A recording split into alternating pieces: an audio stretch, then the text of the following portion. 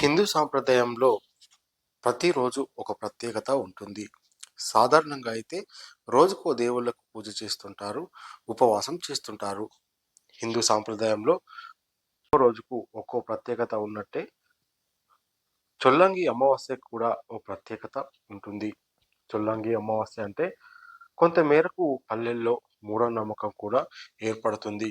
ఆ రోజున సాయంత్రం వేళ మంత్రతంత్రాలు చేస్తారని భయపడుతుంటారు. కానీ చొల్లంగి అమావాస్య రోజున ఎంతటి ప్రత్యేకత ఉంటుందనేది తెలియదు. కానీ ఆ రోజున చేయాల్సిన పనులు ఇలా చేస్తే ఎన్నో జన్మల పుణ్యం లభిస్తుందని అంటున్నారు. పెద్దపల్లి జిల్లా ఎన్టీపీసీ పర్మనెంట్ టౌన్షిప్కి చెందిన హనుమాన్ ఆలయ అర్చకుడు రుద్రభట్ల శ్రీకాంత్.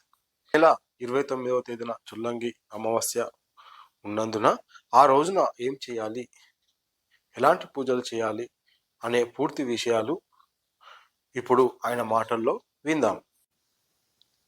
అస్మద్ గురుభ్యో నమః. మాతృదేవో భవ, పితృదేవో భవ, ఆచార్య దేవో భవ, అతిథి దేవో భవ.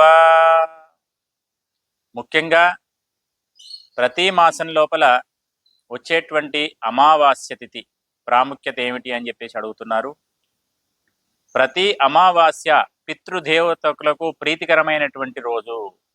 తల్లిదండ్రులు ఎవరైతే మరణిస్తారో వాళ్ళ పిల్లలు ప్రతి అమావాస్యకు తిల తర్పణాలు, నూలతోటి తర్పణాలు వదిలిపెడితే ఆ పైన ఉన్నటువంటి పితృదేవతలు తృప్తిని పొందుతారట. అందుకోసం కూడా ప్రతి వారు కూడా అమావాస్య రోజు శ్రేష్టమైనటువంటిది. దేవతార్చన ఎంత ప్రాముఖ్యతో దానికంటే ప్రాముఖ్యత అయినటువంటిది అమావాస్య. కాబట్టి తల్లిదండ్రులు లేనటువంటి వాళ్ళు, పురుషులు తప్పకుండా కూడా ఉదయాన్నే ప్రాతకాలం లేచి గంగా స్నానం ఆచరించి, లేదంటే నదీ స్నానం, లేదంటే చెరువు స్నానం, ఏదైనా కూడా బావులలో స్నానాన్నైనా చేసిన తర్వాత మడిపంచ కట్టుకొని పితృదేవతలకు ప్రీత్యర్థం ఎవరైతే తిలలు తర్పణంగా వదిలిపెడుతుంటారో